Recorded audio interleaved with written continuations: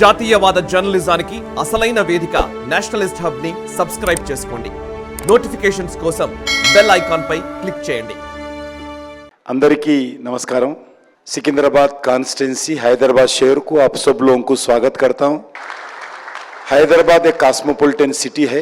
ये सिकंदराबाद कॉन्स्टिट्यूंसी तेलंगाना का जितने भी पॉलिटिशियंस हो, एडमिनिस्ट्रेशन ऑफिसर्स हो, कॉर्पोरेट ऑफिसर्स हो और मिनिस्टर्स हो, सभी लोग इस एरिया में रहते हैं. ये तेलंगाना के ये प्रमुख शहर सिकंदराबाद पार्लियामेंट में आते हैं. इसलिए ऐसी इलेक्शन चुनाव बीच में इतने इम्पोर्टेंस रहने के बाद आप लोग आए हैं. आप सब लोगों को हैदराबाद के कार्यकर्ताओं की तरफ से, हैदराबाद के जनता की तरफ से आप लोगों को मैं स्वागत करता हूं. मैं 2019 में पहली बार लोकसभा को इसी क्षेत्र से सिकंदराबाद जनता के आशीर्वाद से मैं सांसद बना हूं. जैसा सांसद बन के दिल्ली गया हूं, आदरणीय प्रधानमंत्री जी कार्यालय जिससे संदेश आया आप ओथ लेना है. फिर मैं ओथ ले लिया. MYS के नाते प्रधानमंत्री जी मुझे होम मिनिस्ट्री का जिम्मेदारी दिया है. होम मिनिस्ट्री में अपने अमित शाह जी थे, उनके सहायक के नाते काम किया हूँ लगभग 2.5 years. अमित शाह जी के नीचे काम करना कितना कठिन होता है आपको मालूम है. अमित शाह जी बातें कम करते हैं, काम ज़्यादा करते हैं. इसीलिए कम बोलते हैं, ज़्यादा रिजल्ट बताना पड़ता है. एक बात बोलते हैं, दूसरा बार नहीं बोलते हैं. वो काम होना चाहिए. ऐसा जब आर्टिकल 370 हटाया, उससे पहले मैं पूरा यूटीज का जिम्मेदारी था, लैंड ऑर्डर का भी, पुलिस का. इस समय जब आर्टिकल 370 हटाया, कितना मेहनत किया आप सब लोगों को मालूम है. पार्टी सरकार ने, आदरणीय मोदी जी के नेतृत्व में अमित शाह जी बहुत मेहनत करके 3 महीने लगभग इस आर्टिकल 370 का जिम्मेदारी भारत सरकार ने निभाया है. जो वादा किए थे, क्योंकि आर्टिकल 370 हमारा आइडियोलॉजिकल इश्यू है. जो भारतीय जनता संघ का फाउंडर डॉक्टर श्यामा प्रसाद मुखर्जी जब पार्टी बनाया आर्टिकल 370 के खिलाफ, जो पार्टी पहला संघर्ष लिया है आर्टिकल 370 के खिलाफ, पहला हमारा राष्ट्रीय अध्यक्ष जो पार्टी व्यवस्थापक थे वो बलिदान हुआ है आर्टिकल 370 के खिलाफ. इसलिए हमारे लिए आर्टिकल 370 बहुत बड़ा मुद्दा है. हम पहले पार्टी में आने के बाद नारा दिए थे, कश्मीर हिंदुस्तान का नहीं किसी के बाप का. मगर नारा ही थे, मगर लगभग 74 years जम्मू कश्मीर में डॉक्टर बाबा साहब अम्बेडकर का कॉन्स्टिट्यूशन नहीं इंप्लीमेंट नहीं हुआ. जिन्ना का कॉन्स्टिट्यूशन इंप्लीमेंट हुआ है. आर्टिकल 370 के नाम पर जिन्ना कॉन्स्टिट्यूशन 75 years जम्मू कश्मीर में इंप्लीमेंट हुआ है. अलग अलग देश में जितने भी टेररिज्म का इश्यू था, पाकिस्तान का ISI का गतिविधि था, लाखों करोड़ रुपए खर्च करना पड़ा भारत सरकार को. हर वही कांस्टेबल से लेकर प्रधानमंत्री तक सिक्योरिटी के एम्बल पर पाकिस्तान के कारण बहुत पैसा खर्च करना पड़ा. वही पैसा अगर विकास पे खर्च करते तो हम और आगे बढ़ते थे. मगर पाकिस्तान के कारण, आर्टिकल 370 के कारण भारत बहुत झेलना पड़ा, बहुत बलिदान देना पड़ा. एक जम्मू कश्मीर में जब आर्टिकल 370 हटाए तक लगभग 42,000 सिविलियंस हो, सिक्योरिटी फोर्सेस हो, शहीद होना पड़ा पाकिस्तान के कारण. 42,000 in only state Jammu Kashmir. ये स्थिति थी. आज आर्टिकल 370 हटाने के बाद जम्मू कश्मीर में टूरिज्म का दृष्टिकोण से 2023 में लगभग आज़ाद के बाद पहली बार first time in Indian industry Jammu Kashmir में 2 crore पीपल आए हैं, टूरिस्ट.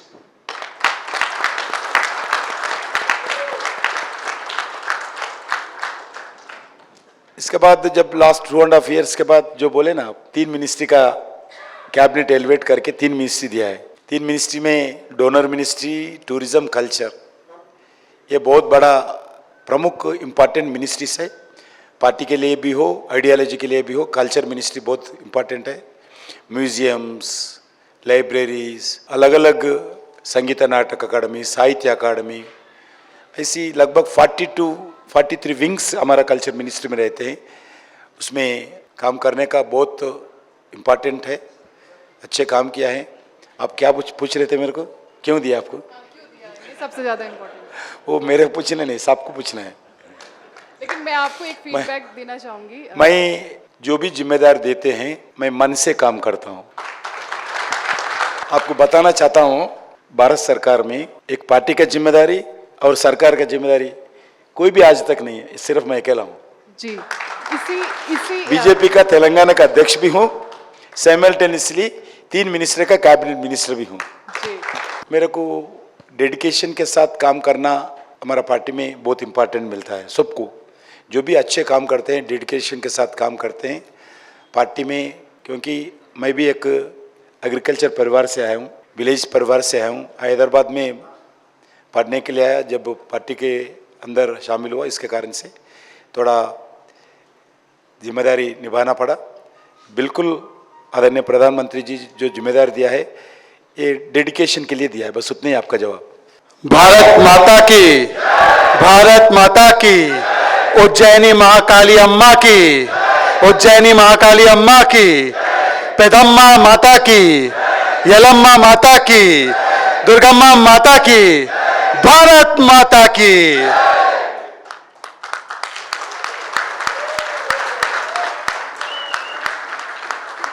यही मोदी जी का सबका साथ सबका विकास की बात है। सबसे पहले फोरम फॉर गुड गवर्नेंस को मैं शुभकामनाएं देना चाहता हूं कि आपकी वजह से हम सभी लोगों को तेलंगाना की इस पावन धरा पर आने का मौका मिला। और सबसे ज्यादा मैं अभिनंदन करना चाहता हूं हमारे तेलंगाना भारतीय जनता पार्टी के अध्यक्ष, हमारे केंद्रीय मंत्री और एनडीए के प्रत्याशी जी किशन रेड्डी गारू का, कि इतने व्यस्त समय में भी हमारे सभी के सवालों को लेने के लिए और हमारे साथ परिचर्चा करने के लिए आपने समय निकाला। इसके लिए बहुत बहुत धन्यवाद गारू। गारू, मेरा एक सवाल है। आप तो गारू, हम गारू कहते हैं, एक बगल में भाईजान है, ओवैसी भाईजान का कहना है, ये ओवैसी भाईजान का कहना है कि हम सभी मुसलमानों को, मुझे भी इंक्लूड किया है उन्होंने, आप हम सभी लोगों को यहूदियों की तरह, ज्यूस की तरह गैस चेंबर में डालने का काम कर रहे हो। ऐसा बुरा काम जी किशन रेड्डी गारू आप क्यों कर रहे हो हमारे साथ? उनसे ही पूछना था क्या है वो इश्यू। हम तो कभी ऐसा सोचे नहीं, हम पहली बार सत्ता में नहीं, अटल जी के समय पे हम 6 साल काम किया है। अलग अलग प्रांतों में लगातार 30-40 साल से भारतीय जनता पार्टी का सरकार चल रही है और मोदी जी के नेतृत्व में लास्ट 1.5 ईयर सरकार है। इस देश में हिंदू हो, मुसलमान हो, क्रिश्चियन हो, सभी लोग इस भारत माता का बेटे हैं, भारत माता का बेटियां हैं। हम सब मिलकर हम जो वोट लिया है आदरणीय राष्ट्रपति जी के समक्ष में, इस देश में सबको समानता दृष्टिकोण से देखेंगे और देश को आगे ले जाएंगे। वही मोदी जी के नेतृत्व में भारत सरकार चल रही है। मगर वो प्रॉब्लम क्या है, वो देश का मुस्लिम का नेता बनना चाहता है वो, इसलिए मुस्लिम को भड़काने के लिए प्रयास करता है।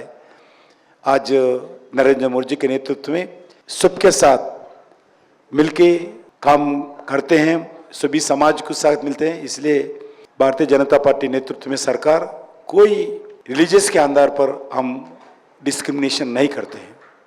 सबका साथ सबका विकास हमारा एजेंडा है। गारू, अगर आप और थोड़ा सा इस पे हमें एक्सप्लेन कर सके कि एक तरफ तो कांग्रेस हो, बीआरएस हो या ओवैसी हो, ये तीनों के अगर पॉलिटिक्स को आप एनालाइज करेंगे तो इनमें family first, appeasement first and corruption first, और ये जो पॉलिटिक्स करते हैं इसको मैं कहता हूं politics of competitive appeasement politics, cap politics, तुष्टीकरण की राजनीति।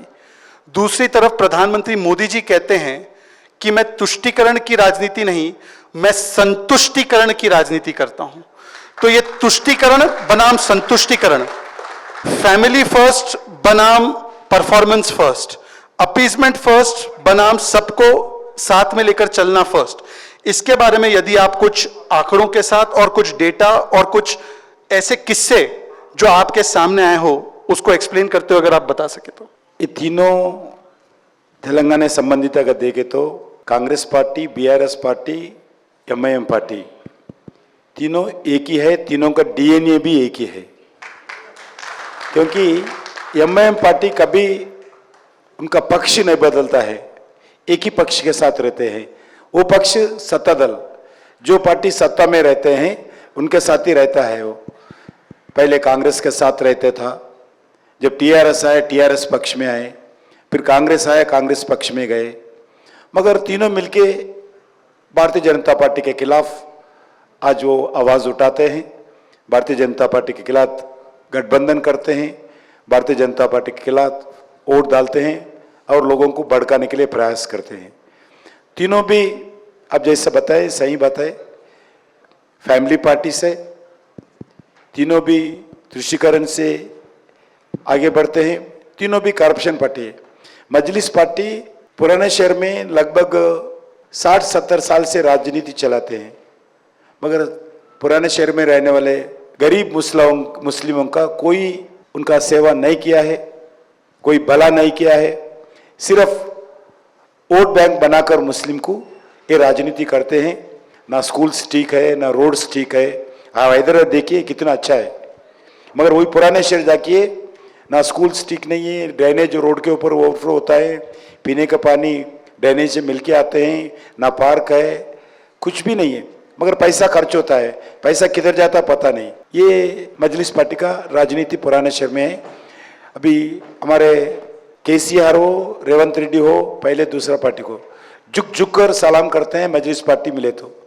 हमारा असदुद्दीन ओवैसी का मोटरसाइकिल में भी सीएम के घर पे जाते तो फटाफट गेट खोलता है। हमारे जैसे लोग गए तो गेट के अंदर आने नहीं देते, मगर ओवैसी को गेट प्रगति मैदान में रोकने वाले नहीं रहता है।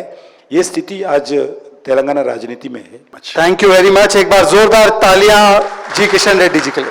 धन्यवाद। जय तेलंगाना और सबको मेरा नमस्कार। आपको गुरु जी, आपको मेरा नमस्कार। गुरु जी, मेरा एक क्वेश्चन था और एक ऑब्जर्वेशन था। ऑब्जर्वेशन ये है कि 2014 में जब आप गवर्नमेंट आपने संभाला, हमारी इकनॉमी बर्बाद हो चुकी थी, फ्रेजाइल 5 में जा चुकी थी, हम 11वें नंबर के ऑलमोस्ट थे, हमारा ग्रोथ रेट डिप होकर के 4.4% हो गया था, आज 8.4% है, आज हम 5वीं सबसे बड़ी इकनॉमी है, हम फास्टेस्ट ग्रोइंग इकनॉमी है, और हम आज सबसे ज़्यादा मतलब अगर हम यूपीआई ट्रांजैक्शंस कर रहे हैं, सब हमारे मतलब everything we are doing is we are number 2 in steel manufacturing, we are number 3 in automobile manufacturing, everything happening, the way the constructions is happening, the infrastructure is developed, 10 new airport has come in the northeast itself. So मैं ये question पूछना चाहता हूं कि इतना development हुआ, इतना infrastructure हुआ और इतना कुछ हुआ, लेकिन जब हम कांग्रेस को देखते हैं तो उन्होंने क्या किया, उन्होंने इंफ्रास्ट्रक्चर को रीनेम किया। सिर्फ मैं आपको एक छोटा सा एग्जांपल देता हूं आपका हैदराबाद का। मैं अभी 2-3 दिन पहले यहां पर आईपीएल देखने आया था, Rajiv Gandhi cricket stadium. I came to know कि in 2003 Andhra government has given a contract to make a new stadium and they have invited several corporate houses कि भाई आप लोग आइए, इन्वेस्ट कीजिए, मैं आपके नाम पे स्टेडियम कर दूंगा। I think विशाखा इंडस्ट्री बोल के कोई कंपनी थी, they have won the bidding, they got उन्होंने 55 करोड़ का पेमेंट किया और उन्होंने वो अपने नाम पे वो स्टेडियम अपने नाम पे करवा लिया। मतलब that was a fair bidding and वो happened। 2004 in 2004 the Congress government came and they have decided to rename the Vishaka stadium to Rajiv Gandhi Stadium. Now the clause was that if you remove the Vishaka stadium you have to pay 55 crore and 6 times more compensation along with the penalty. The government has paid that money. The government has paid that money from the state exchequer.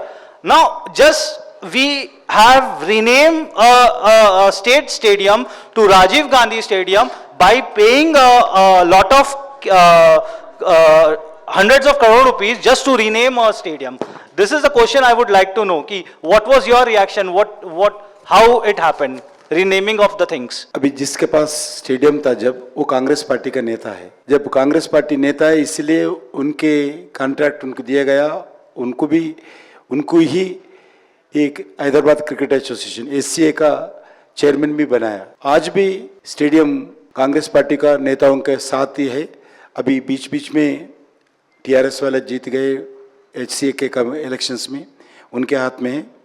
बिल्कुल ऐसी एक ही नहीं है, अलग अलग जगह हमारा हैदराबाद में नया एयरपोर्ट बनाया, उसको भी राजीव गांधी इंटरनेशनल एयरपोर्ट के नाम पर है।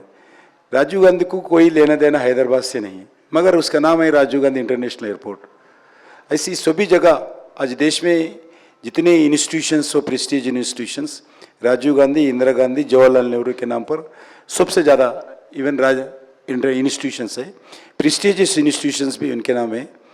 हम वाल्मीकि के नाम पर बनाते हैं, हम शिवाजी के नाम पर बनाते हैं, हम वीरा सावरकर के नाम पर ना बनाते हैं, मगर वो सब लोग सिर्फ उनके परिवार, नेहरू परिवार का ही के नाम पर बनाते हैं। ये जो भी लीज देते हैं, जो भी कॉन्ट्रैक्ट देते हैं, पूरे उनके कांग्रेस के संबंधित लोगों को, भ्रष्टाचारी लोगों को देते हैं। हमारा पास हमारा सरकार आने के बाद ट्रांसपेरेंसी के साथ काम करते हैं। एक एग्जाम्पल बताता हूँ, मेरा घर के बाजू आंध्र भवन है, अशोक और बीजेपी ऑफिस के साथ साथ। उस आंध्र भवन में कभी भोजन करने गए तो वो कॉन्ट्रैक्टर रहते हैं, पुराने कॉन्ट्रैक्टर, लगभग 20 साल से काम करते हैं। हमारे ऊपर जब भी गए गुर गुर को देखते हैं मेरे ऊपर, कभी भी गो गुर गुर के नाराज रहते हैं, आपका सरकार ऐसा है, आपका सरकार ठीक नहीं है। मैं पूछता हूँ क्यों ऐसा करते बोले तो भाई कांग्रेस के ज़माने में हमारा कैंटीन में इतने लोग आते थे, पैरोकार आते थे, लाइसेंस के लिए आते थे, कॉन्ट्रैक्ट के लिए आते थे, इतने बिजी रहता था। हमारा कैंटीन में तो सीट नहीं मिलता था। जब से मोदी सरकार आए, ना कॉन्ट्रैक्टर है, ना मिडिल मैन है, ना पैरोकार है, कोई भी नहीं आ रहा। हम लाश है, क्या सरकार चलाते आप, ऐसा खाऊंगा ना खाने दूंगा। ये स्थिति है। एग्जाम्पल बता रहा हूँ, बीजेपी को कांग्रेस की डिफरेंस रहता है। पहले इतने बड़ा बड़ा कुर्तादार की ख्याप पहन के, टाइपल पट्टा पहन के दिल्ली, न्यू दिल्ली में किधर भी देखो होटल्स में, कैंटीन में यही रहते थे। आज स्थिति बदल गया। कोई मिनिस्टर के पास आज कोई पैरोकार नहीं दिखते हैं, कोई मिनिस्टर के पास कोई कॉन्ट्रैक्टर नहीं दिखते हैं। आपको इसका ये डिफरेंस है। 10 साल का यूपीए सरकार में अलग अलग स्कैंडल्स आप मालूम है। अगर बीजेपी सरकार आने के बाद इस 9.5 इयर्स में 1 रुपए का आरोप ना प्रधानमंत्री जी के ऊपर आया, ना प्रधानमंत्री के साथ काम करने वाले मंत्री के ऊपर आया। हर इलेक्शन का एजेंडा भ्रष्टाचार का इश्यू है, मगर मोदी सरकार में 10 साल के अंदर भी इलेक्शन में भ्रष्टाचार का एजेंडा नहीं है। पहली बार भ्रष्टाचार का एजेंडा नहीं है। हमारा इधर का कांग्रेस पार्टी आया 5 महीने हो गए। 5 महीने में जितना कलेक्ट करके दिल्ली को भेजा है कांग्रेस पार्टी, राहुल गांधी टैक्स के नाम पर वसूल करके उधर भेज रहे हैं। यही स्थिति है हैदराबाद में। ये डिफरेंस है। जो भी आप स्टेडियम का इश्यू हो, जो भी इश्यू हो, देयर डीएनए एक ही है उनका। Good evening, everybody. I am a voter in Secunderabad constituency. That is the best introduction I can give about myself today. For a lot of you on the stage, he is Kishan Garu, Kishan Ji. For every one of us in the hall, he is Kishan Anna. మనందరికీ కిషన్ అన్న ఎందుకు అంత close? Basically lot of he's very accessible. అన్న I think all of you know means big brother. He gives those vibes. We know he's available. One of the, when you go to colleges or young people and ask them what is your expectation from politicians, a common theme that comes every year, you give us our report card, फिर घर में गाली मिलते हैं, you didn't do well. What about politicians? Why don't they give? We want report cards from them. From Kishan Anna, that is not a problem. I think Rahul Bhai also, last time he came, was very, very surprised and impressed. Recently he released 300-page reports of what was done for. Why the access? Last year 300-page report for what was done for Telangana from the central government. And one point I want to highlight before Rahul Bhai also picks up, there is no thing such as chinna visham, pedda visham, ye chota cheez hai ya bada cheez hai, वैसा नहीं रहता है. Because government schools में bathrooms clean करने के लिए 3 vehicles 4 vehicles चाहिए बोले तो he arranged for that. A lot of us think MP बोले तो MLA बोले तो बड़ा आदमी है, ये छोटे छोटे चीज़ है ऐसा, लेकिन नहीं जाना बनता है. I think the accessibility, the report card to the people, the Secunderabad voters are ever grateful for it. But what is your experience as, this is your first time as MP? Lot of people think you are very experienced as MP also, given all your work. But what is your experience as a first time MP for Secunderabad? Rahul Bhai also is. I came last in 2018. Then you were going for your re-election for Amberpet. और उसके बाद मैं आज 6 साल बाद आया हूं, तब भी मैं एक ऐसे ही रिपोर्ट कार्ड के लॉन्च के प्रोग्राम में आया था। तो मैं जब आज आया और मैंने ये देखा तो आई रिक्वेस्टेड प्रशांत जी कि मुझे आप एक कॉपी दीजिए, बिकॉज मुझे एकदम रिकॉल हुआ कि 6 साल पहले भी मैंने एक ऐसा ही रिपोर्ट कार्ड का इवेंट अटेंड किया था। तो I think it is very important to understand that when politicians, especially senior leaders, they present their report card of what all they have done in last 5 years with so much accountability, so much responsibility to their electorate. So I think it gives a very good example for the people of the country कि कैसे एक ideal नेता को, कैसे एक ideal representative को काम करना चाहिए। मैं देख रहा था, मैं पढ़ रहा था, इसमें हर तरह की चीज़ें हैं, नई ट्रेन से लेके नए MMMTS कॉरिडोर से लेके एजुकेशनल इंस्टीट्यूशंस, हर तरह की चीज़ें हैं।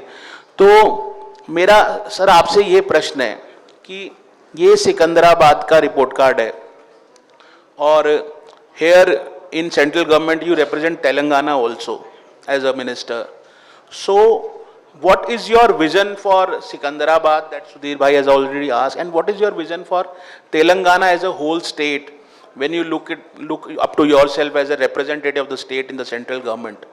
और ये रिपोर्ट कार्ड ऐसे इतना कंपाइलेशन करके 5 साल में देने का, how do you thought about it, when do you thought about it, और क्या आपका इंस्पिरेशन था इसके लिए? 2004 में मैं पहली बार विधायक बना हूं, MLA। 2009 में जब दूसरी बार चुनाव लड़ने से पहले 2004 to 9 मैं विधायक के नाते काम किया हूँ, क्या डेवलपमेंटल एक्टिविटी किया हूँ, वोटर्स को बताना चाहिए, ऐसा मेरे मन में आया। तुरंत मैं एक अच्छी पूरा डिटेल्स के साथ एक रिपोर्ट टू पीपल, एक पहली बार ऐसा MLA हैदराबाद में ना तेलंगाना में किया है।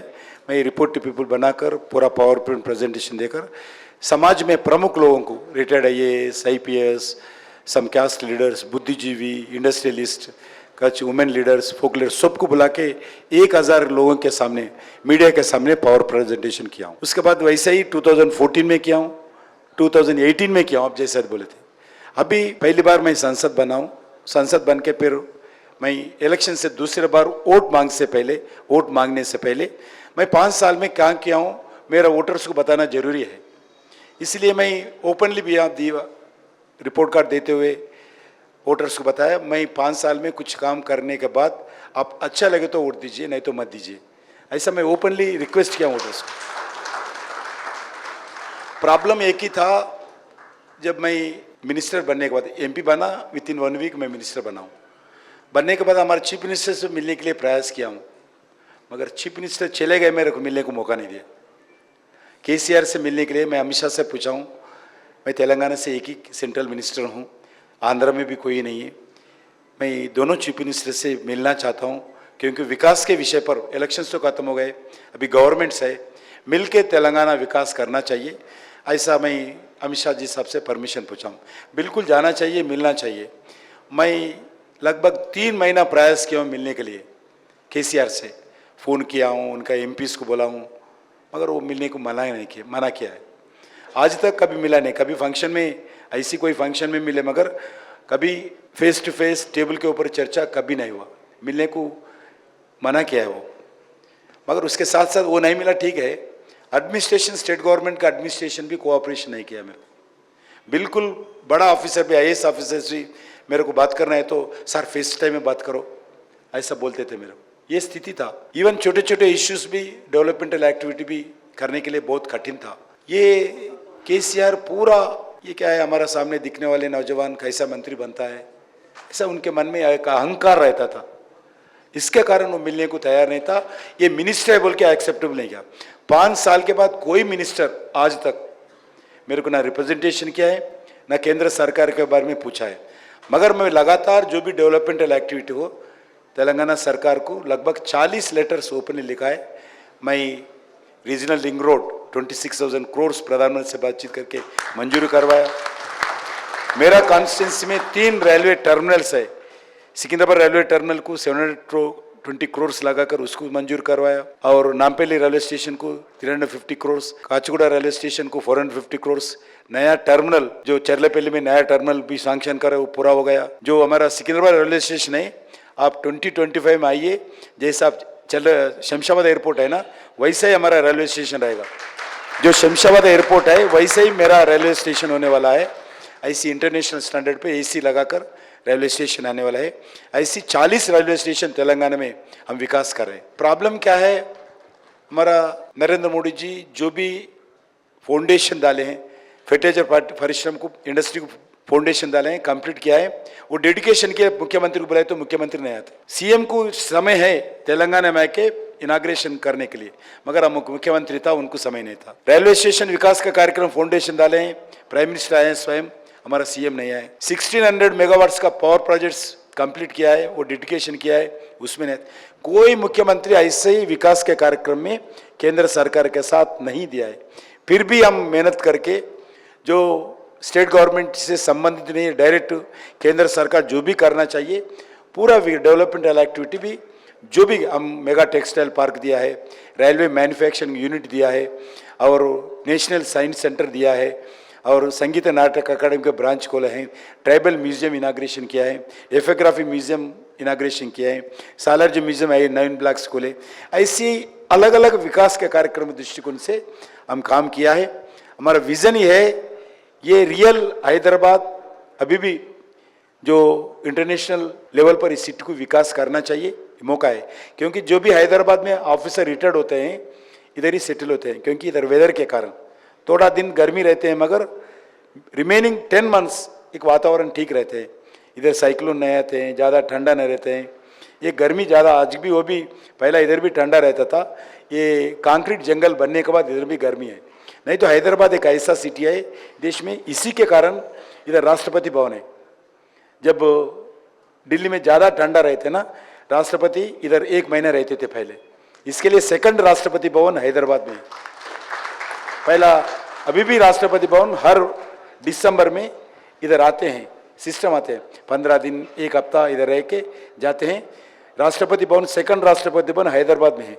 इसलिए हैदराबाद विकास के लिए एक मेंबर ऑफ पार्लियामेंट के नाते मैं प्रधानमंत्री जी से बहुत प्रोजेक्ट्स लाया हूँ, विकास करवाया, और आने वाले दिन में भी इस सिटी को एक आइडियल सिटी, एक इंटरनेशनल सिटी बनाना हमारा लक्ष्य है। उस रास्ते पे हम आगे बढ़ेंगे।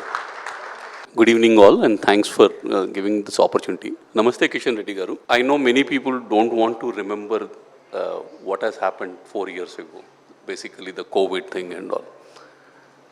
Everyone went through their own problems at that particular point of time in a personal way, but still it is important for everyone to understand the efforts that were taken by the government. At that time you were part of MHA and your command and control center.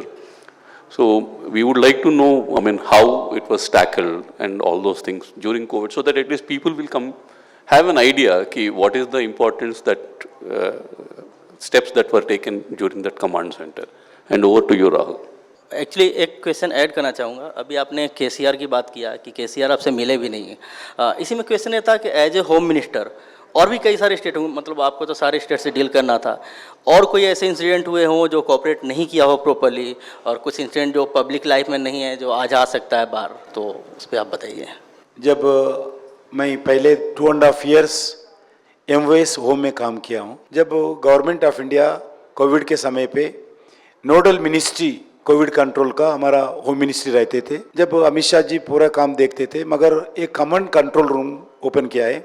इसमें एक एक joint secretary, एक एक ministry से 3-3 joint secretary, 8 hours 24 hours का duty MHA करना चाहिए। उसमें ट्रांसपोर्ट हो, हेल्थ हो, पुलिस हो, होम हो, ऐसी लगभग 30 डिपार्टमेंट्स का जॉइंट सेक्रेटरीज 24 आवर्स बैठते थे। किधर भी फूड ग्रेन्स नहीं मिला, मेडिसिन नहीं मिला, किधर भी कोई प्रॉब्लम है, सभी लोगों का इश्यूज सॉल्व करके स्टेट गवर्नमेंट होम सेक्रेटरी से बात करना, स्टेट गवर्नमेंट सिविल सप्लाई से बात करना, स्टेट गवर्नमेंट से हेल्थ सेक्रेटरी से बात करना, वो भी देश में जो भी जरूरत है उसको व्यवस्था करना चाहिए। विदेशों में कुछ लोग अपने लोग फंस गए थे, उनको उठाना चाहिए। देश में एक जगह लोग दूसरा जगह जाना थे, उसको हेल्प करना चाहिए। ऐसी काम करने के लिए 24 आवर्स काम करते हुए एक corona command control room open किए थे। उसका जिम्मेदारी मुझे दिए थे प्रधानमंत्री जी। हम लगभग 20 दिन ऑफिस में सो गए हम, घर को बिल्कुल 10 मिनट था, नहीं गए, मैं ऑफिस में सो गए। ऐसे ही काम किया हूँ। उसके कारण आपको मालूम है जितना काम किया है, हमारे पास ना पीपी किट्स था, ना N95 मास्क था। विदेश के आर्टिकल आते थे अलग अलग वो ज़माने में, भारत में अगर कोरोना है तो 50 करोड़ लोग मर जाएंगे, क्योंकि भारत में स्लम्स में इतने तिक्कड़ पॉपुलेशन रहते हैं, उनके पास कोई प्रिकॉशनरी मेजर्स नहीं ले सकते, इनके पास कुछ नहीं है। N95 मास्क भी ये लोग विदेशों के ऊपर डिपेंड है, पीपी किट्स के लिए डिपेंड है, ऑक्सीजन कॉन्सेंट्रेटर्स के लिए विदेशों के डिपेंड है, वेंटिलेटर्स भी विदेश से आना पड़ता है, उनके पास कुछ नहीं है। आज तक कोई ऐसी क्राइसिस के समय पे कोई मेडिसिन इनके पास नहीं है। ऐसे आर्टिकल्स लिखते थे।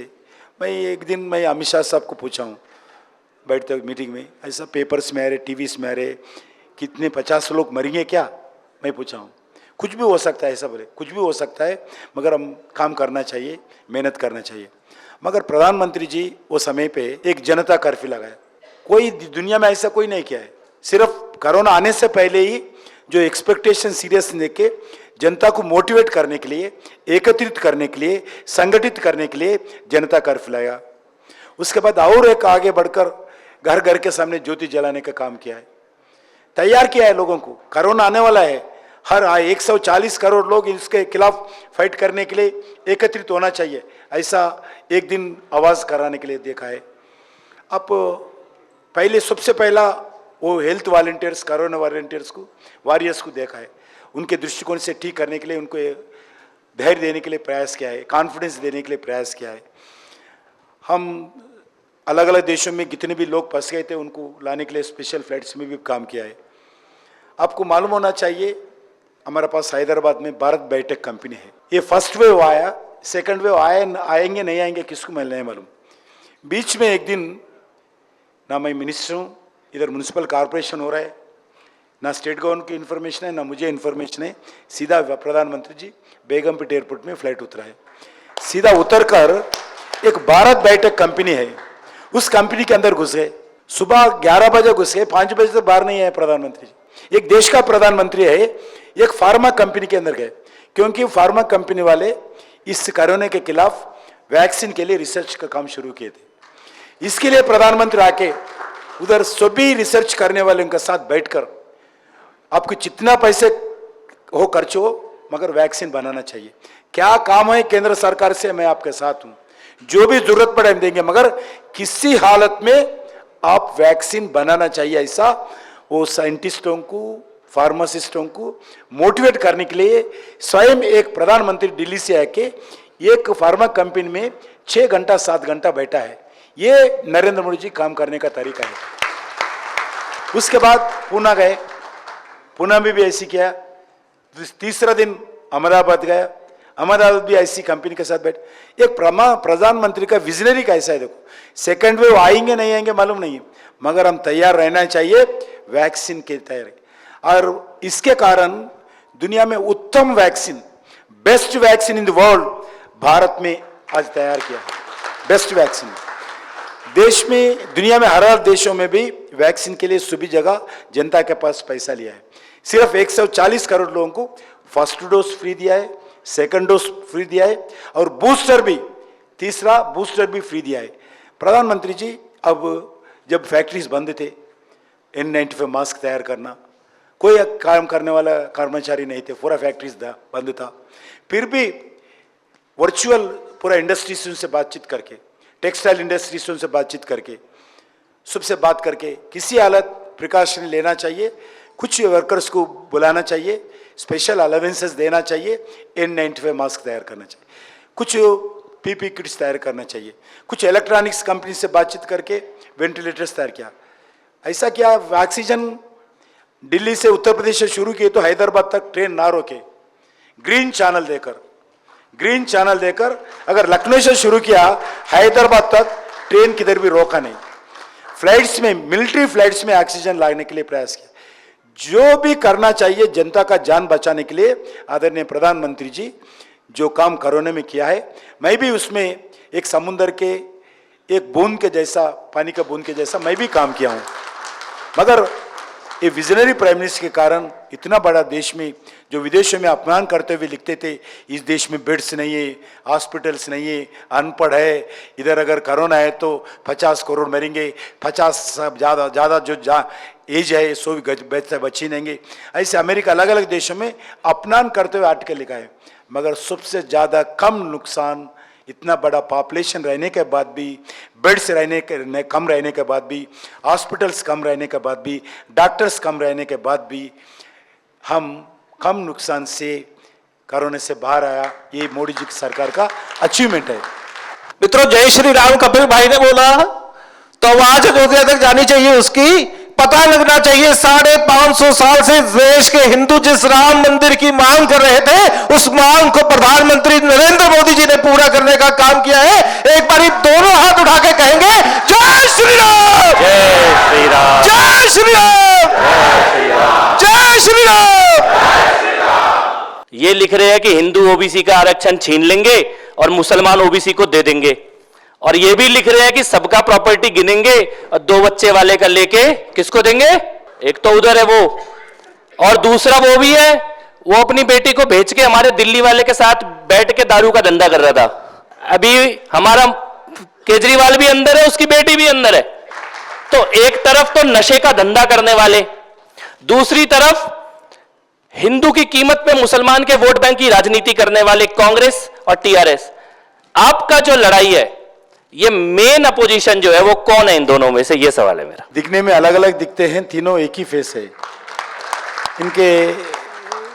कांग्रेस पार्टी का बीआरएस पार्टी का कोऑर्डिनेशन करते हुए दोनों का एक हाथ में मजलिस पार्टी का, एक हाथ में कांग्रेस पार्टी का नेता का हाथ रहता है, दूसरा हाथ में बीआरएस पार्टी का नेता रहते हैं। तीनों मिलकर आगे बढ़ते हैं, इसलिए हमारे लिए कोई अलग नहीं है। अगर मैं विश्वास दिलाना चाहता हूँ, मजहब के लोग भी आज खासकर जो त्रिपुल तलाक हटाने के बाद हैदराबाद में रहने वाले हम मुस्लिम महिला समाज के हमारे बहन हैं, वो भी आज नरेंद्र मोदी जी को भाई मानते हैं। मैं इलेक्शन कैंपेन में देखते रहता हूँ। पहली बार जब मैं लड़ा था, कोई भी घर के सामने कोई मुस्लिम समाज के महिला आके विश नहीं करते थे। हम बा बैंड लेके, वीडी लेके, गाना लगा के लोग जाते रहते। तो हर घर में अगर कर्टन है तो भी कर्टन रहकर हमारा बहन, मुस्लिम बहन विश करते हैं। पहली बार देख रहा हूँ मैं। अगर मैं ऐसा एक तरफ से गाड़ी जा रहा हूँ, दूसरी तरफ से हस्बैंड एंड वाइफ आएगा ना, वो बुर्का लगा के बैठेंगे, मगर सामने हस्बैंड गाड़ी चलाता है, हस्बैंड को ना देखते हुए पीछे बैठने वाले बहन हमारे को ऐसा विश करते हैं, मेरे को ऐसा विश करते हैं। हस्बैंड को मालूम नहीं पड़ता एक उनका वाइफ क्या कर रहे, उनका पत्नी क्या करे। ये मोदी जी का काम करने का तरीका है। ये लगभग 10 करोड़ मुस्लिम महिला है, उनको आज नरेंद्र मोदी जी एक भाई के नाते, छोटे भाई के नाते, बड़े भाई के नाते आज उनको दिखता है। इसीलिए आज वातावरण में बदलाव आया। उत्तर प्रदेश में भी ये भी बदलाव है, देश में भी ये भी बदलाव है। राजनीतिक दृष्टिकोण से तीनों एक ही है, हमारे लिए कोई अलग नहीं है।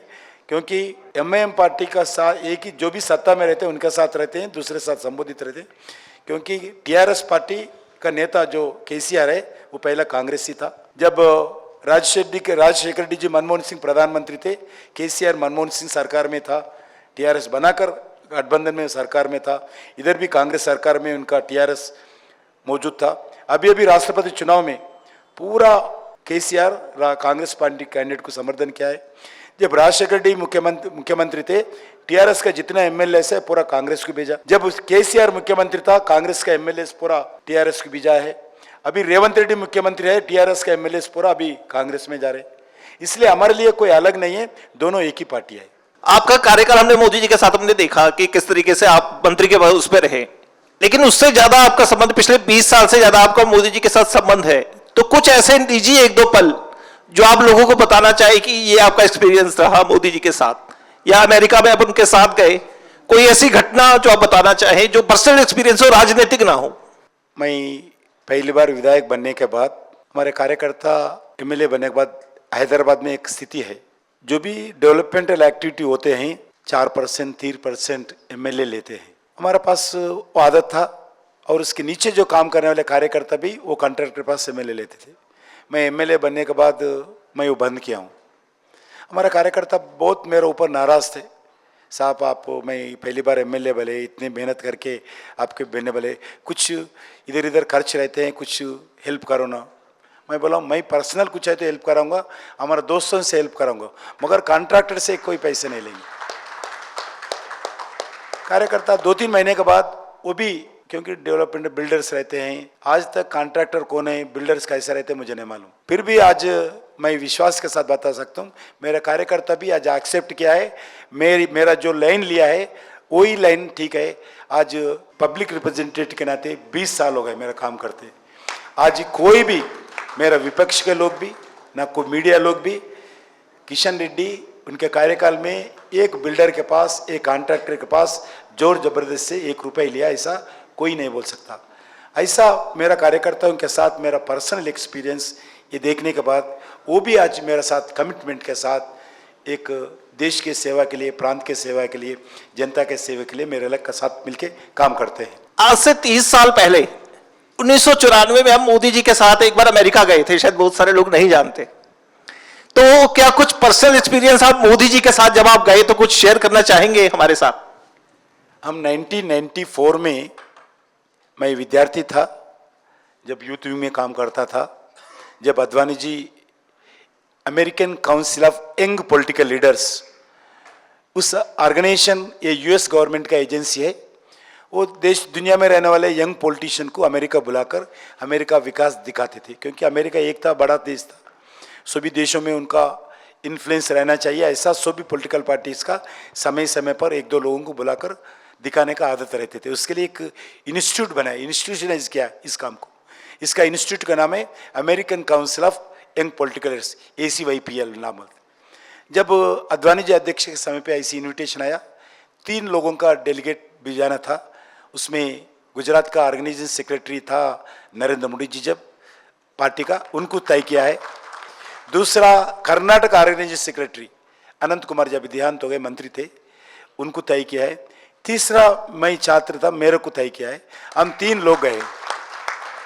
जब दिल्ली बुलाया तुरंत मैं कम फ्लाइट में घुमा, जब फ्लाइट में गए, अद्वानी जी के घर पे गए, ऐसा आप लोग पार्टी तय किया है, आप 40 दिन विदेश जाने के, अमेरिका जाना है। पासपोर्ट भी नहीं थे, पासपोर्ट ऑफिसर से बात करके मेरे को पासपोर्ट दिलाया। उसके बाद दाढ़ी था, जब भी छोटा छोटा दाढ़ी था, नरेंद्र मोदी साहब की भी दाढ़ी था, उनके घर के सामने शेविंग साहब है, क्लीन शेविंग करके आओ। मैं 2 बार शेविंग किया हूँ, एक हमारा माताजी पिताजी के समय पे एक बात, एक अमेरिका जाते वक्त अद्वानी जी के पास शेविंग किया हूँ। अभी तक कभी क्लीन शेविंग मैं नहीं किया हूँ। और एक सूट नहीं था, मेरे को सूट दिलाए और टिकट दिलाए। हमारा बोला you are not representing BJP, you are representing India. हम अमेरिका गए, हम खाली ऐसा ना पेन साथ में रखते थे ना बुक रखते थे।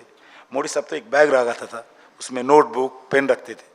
जिधर भी जाओ, प्रेसिडेंट हाउस जाओ, अब जब प्रेसिडेंट का फ्लाइट के अंदर जाओ, जो भी ऑफिसर बताने वाले दिखाने वाले रहते ना, उसको इतना तंग करते थे मोदी साहब, उसके क्या है, इसके क्या है, पूरा लिखना। हम खाली खड़े रहते थे, हम कोई लिखना ही देखने, हम खाली देखते थे। मगर नरेंद्र मोदी साहब तंग करते थे अमेरिका वालों को, पूरा लिखना। आज भी करते हैं। जब से हर इश्यू पर स्टडी करने का काम था, हर इश्यू पर समझने का काम करता था। हमारे को समझ में, अभी समझ में आ रहा, जब से है वो, जब से समझते थे। शाम को आएंगे, क्योंकि अमेरिका में आदत है 7 बजे के बाद कोई गवर्नमेंट ऑफिसर काम नहीं करता, होटल में छोड़ के चले जाते थे। फिर सुबह 7 बजे आता था वो हमारे को। 7 बजे से नेक्स्ट 7 बजे तक हमें होटल में रहना पड़ता है, भोजन गिजन उधर ही। मगर 7 बजे हम आने के बाद गुजरात वाला बहुत, हमारा तेलुगु कम्युनिटी जब कम था, अभी ज़्यादा है, हमारा बहुत कम थे। गुजरात का पूरा था, होटल्स मोटल्स पटेल्स। शाम को आके के इनको लेकर जाते थे। 3 दिन हो गए, 8 बजे देखे तो मोदी साहब नहीं दिखते थे, उनके रूम में खाली रहता था। हम मैं अनंत कुमार दोनों बैठते थे। तीसरा दिन हम लड़ लिए, क्या है आप अकेले चले थे, ऐसा कैसा जाते, आप हम तीनों मिलके जाना चाहिए किधर से। तीसरा दिन से हमारे को भी वो गुजरात वालों का मीटिंग में ले जाने का शुरुआत किया है। जब से ही एक डिसिप्लिन, लॉबी में आना पड़ता है।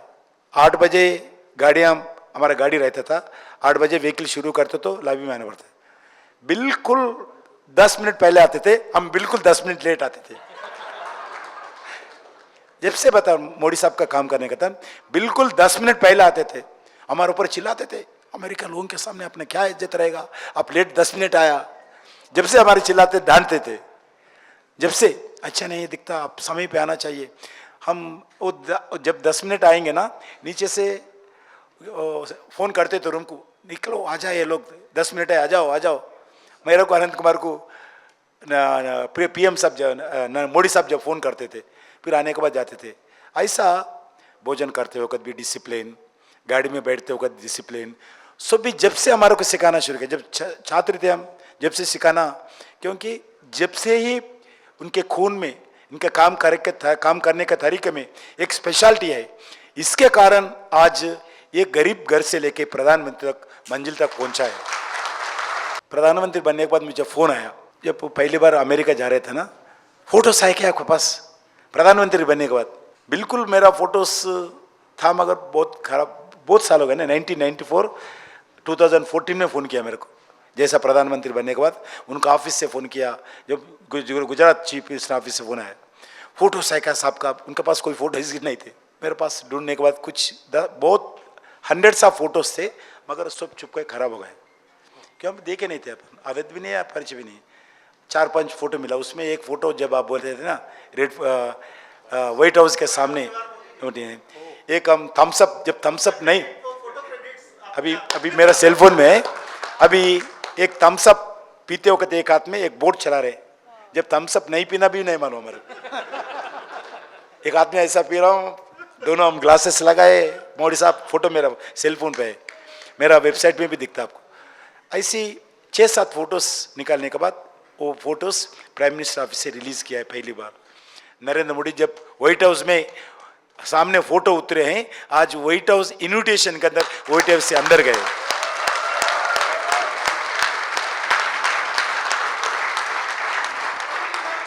ये एक्सपीरियंस है हमारा। Thank you. आइए, जिनका बहुत बड़ा योगदान है काशी से लेकर हमारे मंदिरों को आजाद कराने में, ऐसे विष्णु जैन जी के लिए एक बार जोर से नारा लगाइए, हर हर महादेव। आइए विष्णु जी, आइए बैठे। सिर्फ और सिर्फ ये मुझे लगता है इसी पार्टी में हो सकता है कि इस तरह के नारे लग सकते हैं और इसकी एक्सेप्टेबिलिटी आ सकती है। मैं तो आप लोगों के सामने एक वोटर के नाते बात कर रहा हूं, और काशी मथुरा का केस, जो डेवलपमेंट हुआ काशी मथुरा के केस में, वो अभूतपूर्व डेवलपमेंट हुआ है। आज जहां तक ज्ञानव्यापी के केस का संबंध है, हम जानते हैं कि जो 7/11 की जटिल प्रक्रिया थी उसको हम जीत चुके हैं 2 कोर्टों से, और ये बात होल्ड हो चुकी है, प्लेसेस ऑफ वर्शिप एक्ट से केस बाधित नहीं है। एडवोकेट कमीशन का सर्वे हो चुका है, वीडियोग्राफी फोटोग्राफी हो चुकी है। आर्कियोलॉजिकल सर्वे का जो आदेश था वो हम लोग 3 कोर्ट से जीते, और ASI की रिपोर्ट इस समय आ चुकी है कोर्ट के पटल पे, जिसमें बहुत भारी फैक्ट्स ASI ने अपनी रिपोर्ट में लिखे हैं। और साथ ही साथ जो व्यास परिवार का तहखाना था, जो तथाकथित मस्जिद के ग्राउंड फ्लोर पे है, वहां पे पूजा शुरू हो चुकी है।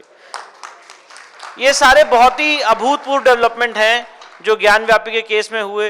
जहां तक कृष्ण जन्मभूमि के केस का सवाल है, हमारे देश में अगर कोई भी राष्ट्र अध्यक्ष आता है तो उसको हम लोग सबसे पहले गीता भेंट करते हैं, और जो योगेश्वर श्री कृष्ण ने गीता का ज्ञान दिया, उस केस की इंपॉर्टेंस को समझते हुए इलाहाबाद हाईकोर्ट ने, राम मंदिर के बाद ये पहला ऐसा केस है जिसका ओरिजिनल ट्रायल हाईकोर्ट में हो रहा है, और इस समय कृष्ण जन्मभूमि का केस ओरिजिनल ट्रायल हाईकोर्ट में चल रहा है। और इस समय सबसे बड़ा डेवलपमेंट कृष्ण जन्मभूमि के केस में यह हुआ है कि अभी नोटिफिकेशन हम लोगों के हाथ लगा है, जिसमें बात साबित हुई है कि कृष्ण जन्मभूमि की जो पूरा स्ट्रक्चर है, पूरा एरिया है, ये इस समय केंद्र सरकार के अधीन आता है, 13.37 एकड़्स ऑफ लैंड। तो मैं तो यहाँ पे सिर्फ इतनी बात कहना चाहता हूं, और इस समय 7/11 की हियरिंग चल रही कृष्ण जन्मभूमि में, वहां पे कमीशन का भी ऑर्डर हुआ है जो समय सुप्रीम कोर्ट में विचाराधीन है। मैं तो सिर्फ इतनी बात कहना चाहता हूं, एक वोटर के नाते, मैं कोई लीडर नहीं हूं, ना मैं कोई और मकसद से आया हूं। मेरा आप लोगों से, जो जैसे आप लोग यहाँ बैठे हैं वैसे मैं यहाँ बैठा हूं, मुझे इन लोगों ने इतनी इज्जत दी कि यहाँ बैठा दिया, वैसे तो मैं आपके सामने बैठा रहता। मेरा सिर्फ इतना आप लोगों से कहना है कि इस बार चुनाव में आप वोट दीजिएगा तो अपनी अस्मिता के लिए वोट दीजिएगा, अगर काशी मथुरा को आपको मुक्त कराना है तो उसके लिए वोट दीजिएगा, places of worship act Waqf act को खत्म करना है तो उसके लिए वोट दीजिएगा। और ये सारी चीजें सिर्फ और सिर्फ भारतीय जनता पार्टी में ही संभव है। इसलिए मैं आपसे दोबारा अपील करूंगा कि इस बार भारी मात्रा में आप सब लोग जाएं। मैं, मेरे बुजुर्ग पिताजी, मेरी माताजी, हम सब लोगों ने जाके चीख चीख के ही कहा है कि अगर हमें वोट देना होगा तो हम योगी जी और मोदी जी को देंगे। और यही बात आप लोगों से कहने आया हूं कि अगर आप लोगों को वोट देना है तो योगी जी और मोदी जी को ही वोट दीजिएगा, क्योंकि हम लोग की जितनी आशाएं हैं, अभिलाषाएं हैं, वो सिर्फ और सिर्फ यही पार्टी हमें दे सकती है। बहुत बहुत धन्यवाद विष्णु जैन जी। और हमें पूरा विश्वास है यहां पे बैठे सभी लोगों को 2029 में जब प्रधानमंत्री नरेंद्र मोदी जी चौथी बारी शपथ लेंगे तब तक मथुरा और काशी दोनों जगह भव्य मंदिर बन चुका होगा।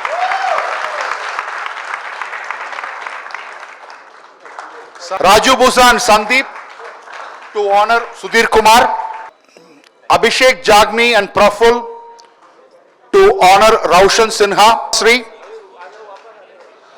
to our Guruji here.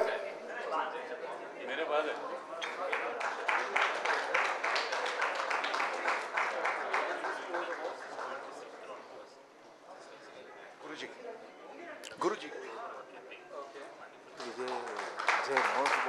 Jay, I don't know what is his name. Jay. No?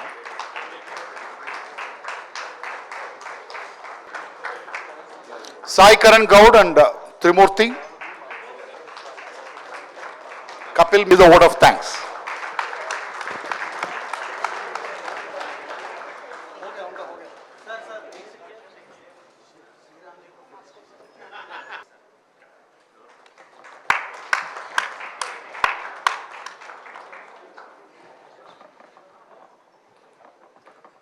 The founder of Forum for Good Governance, I request the audience to please remain silent for a moment. Thank you. I would like to is concluded. We have a high tea beside, everyone can have and leave to their homes. Please join us on the high tea.